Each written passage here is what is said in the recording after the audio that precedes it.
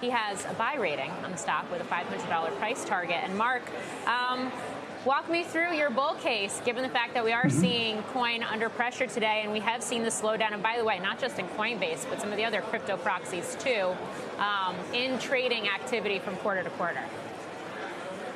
Well, thanks very much for having me on. Frankly, we are equity analysts, and as equity analysts, we are forward-looking. What we've seen here is that in the third quarter, there was a well-understood slowdown in the crypto market, particularly in July and August. Anyone who was looking at the market could calibrate their expectations with regard to Coinbase, such that going into the print, we would have had guidance across the street, which would be much more in line with the company's actual performance. That didn't happen.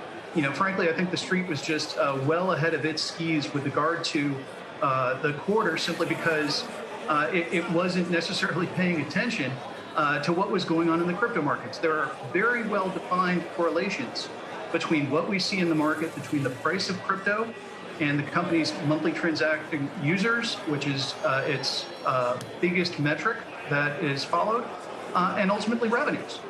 So frankly, we don't think that the sequential decline in revenue should have been a surprise. At the same time, Coinbase actually outperformed on all of the other metrics, including versus consensus, monthly transacting users, assets on the platform, and trading volume. And if you look at the company's disclosure with regard to October, monthly transaction users spiked up with the buoyant crypto market.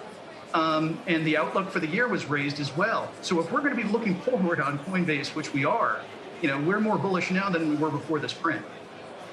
Yeah, that's exactly where I was going to go with you with my next question, which is if you're forward looking and we've seen this huge surge in cryptocurrency activity and you've got Bitcoin and Ether trading at record levels right now, how does that bode for whether it's Coinbase or some of the other names that you follow for this quarter and beyond? Yeah, the October period was extraordinary.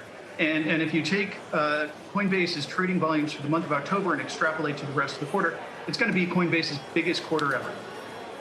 Monthly transacting users, as you mentioned, they declined sequentially in the third quarter. They spiked right back up from 7.4 million in the third quarter to 11.7 million in October.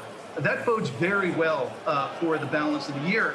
What I think is really important here, though, is that it's not just about trading volume. It's everything else that Coinbase is building, from the NFT marketplace that it announced and it intends to be launching in the near future, to something that gets overlooked, which is staking.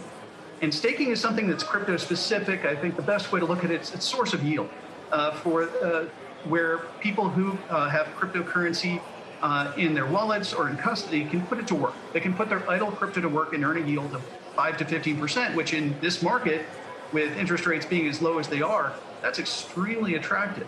And we believe that when Ethereum moves to what's known as Ethereum 2.0 in the not too distant future, that staking could be a huge driver of Coinbase's revenues. Mark, I guess the question, big picture, is you have a company here with a $70 billion market cap. It looks like this past second quarter is going to be the high watermark for revenue, at least through next year, based on consensus. And so, yes, you have all these other potential opportunities. How central is Coinbase going to be in all of those other non-transaction-based types things that you think are coming, whether it's NFTs or not? To me, that's the question. Are they going to be the default place everyone goes for that, or just one player among many and growing number?